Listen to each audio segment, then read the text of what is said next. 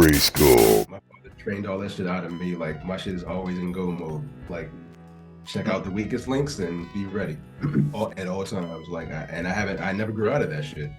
Man, Like, it's always there. I can't go anywhere and not be in that mode. Like, I'm always like, we walk into any space, I'm like, all right, this motherfucker, that motherfucker, and that motherfucker. Like, I'm always there, and I'm always aware of where these motherfuckers are. You know what I'm saying? Yeah. No matter what I'm doing. I wish it weren't like that, but I I haven't been able to untrain myself. I feel for you, man. But I mean, it's probably it's got to feel better now, at least, though, that you're dealing with some shit on the inside, though. I mean, that shit's probably got to be really isolating when it's harder to connect and shit. And it seems like you probably like really being able to connect more and more with people this time around, man. I'm still working on it.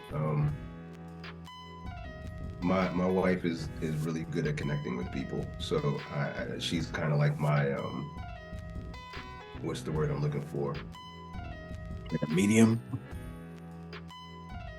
No, that's not quite the right word. She's the anyway.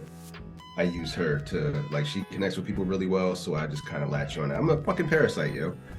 With the music, yo, I'm a parasite, yo. That's like, I find ways to latch on to motherfuckers and feed off of that, and let it ride from there. I'm carnage, yo. I wonder if that's what the fuck I am now that you put it that way, because I don't fucking activate or initiate no fucking relationships, man. No, man. When I do, only relationships I think I ever initiate are creativity or art based, something related to art shit. But other than that, yeah, I don't think I fucking have a reason to, like, I guess I don't get hungry or interested in having communication with people for the sake of just communicating and shit. Yeah. Like, I can't claim that I've ever made a friend myself. Like, they always came to me. You know, I've had people tell me, you're gonna be my friend, like literally use those words on me before. Yeah. What the fuck? Oh. I'd be like, all right, if you say so. All right, let's see what happens. Years later, here we are. Yep. Yeah. Shit is tough, yo. Like, I've never been a people person, you know? Yep. I wonder if it's that April 3rd thing. I wonder if it's something on that around that date of that time of the year universally or some shit that has something to do with it. I don't know. I'm not gonna dig into the rabbit hole. I know that. But, if it is possible, yeah, if it is, that's how I'm living, man. Like, I'm really getting more and more there. Like, right now, Yanni has me reading that Breaking the Habit of Being Yourself book right now.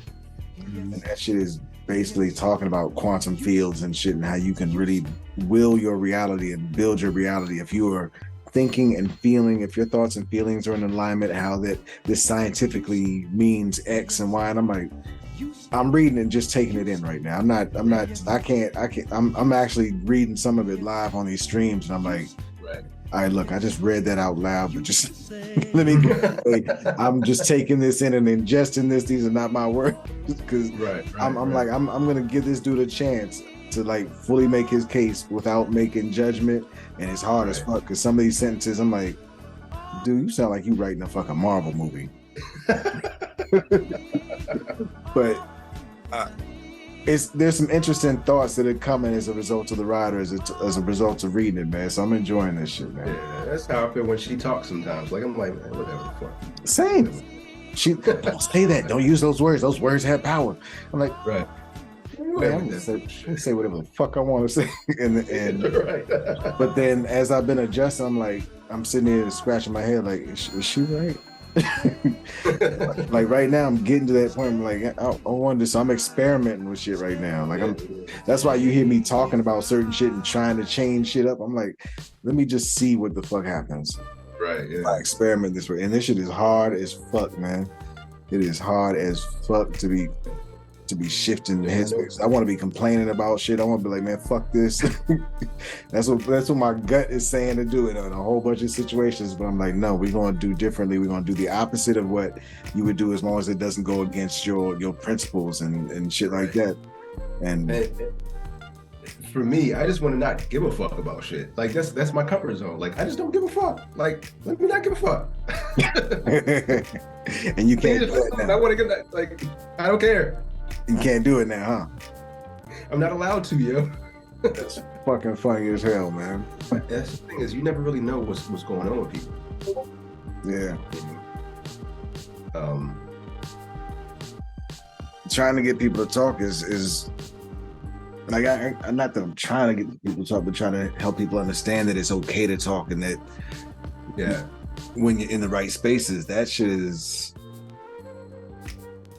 I don't know. That's an interesting journey right there, man.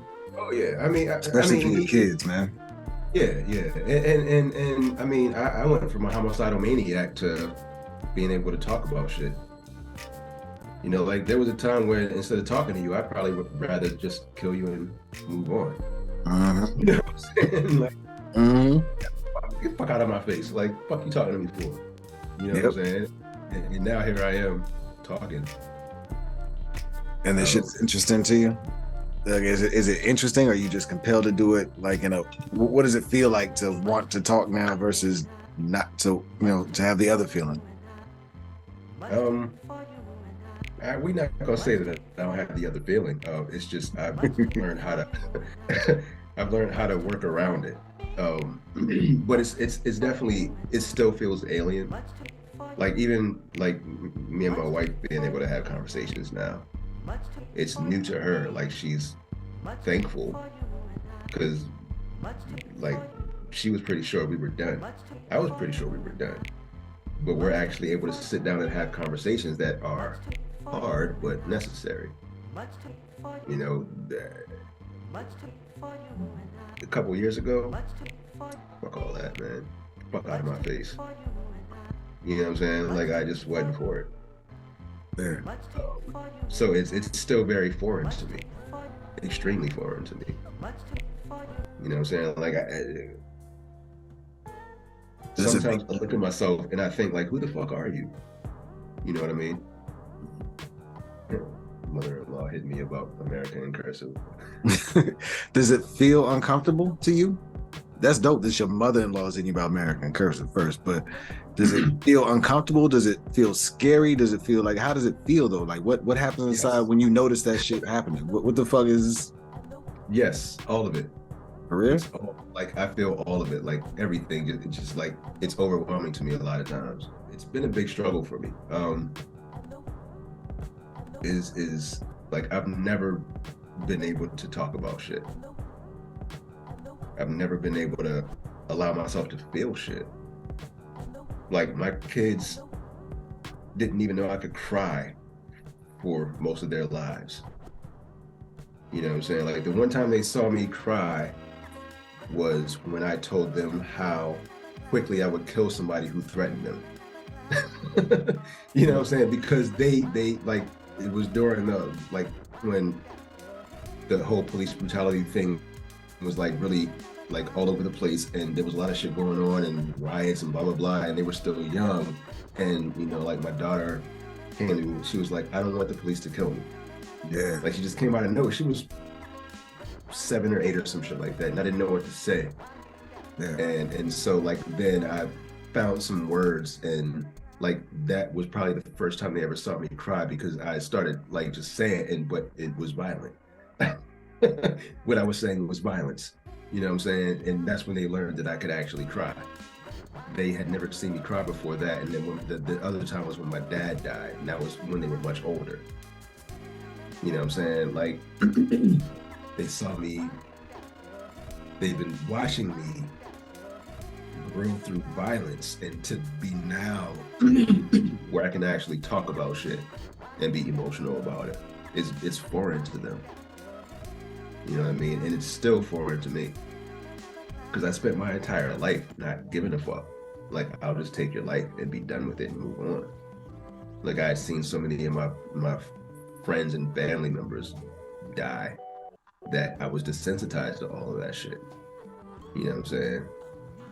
Like, so to be able to experience processing what any of that shit means now is really foreign to me and uncomfortable.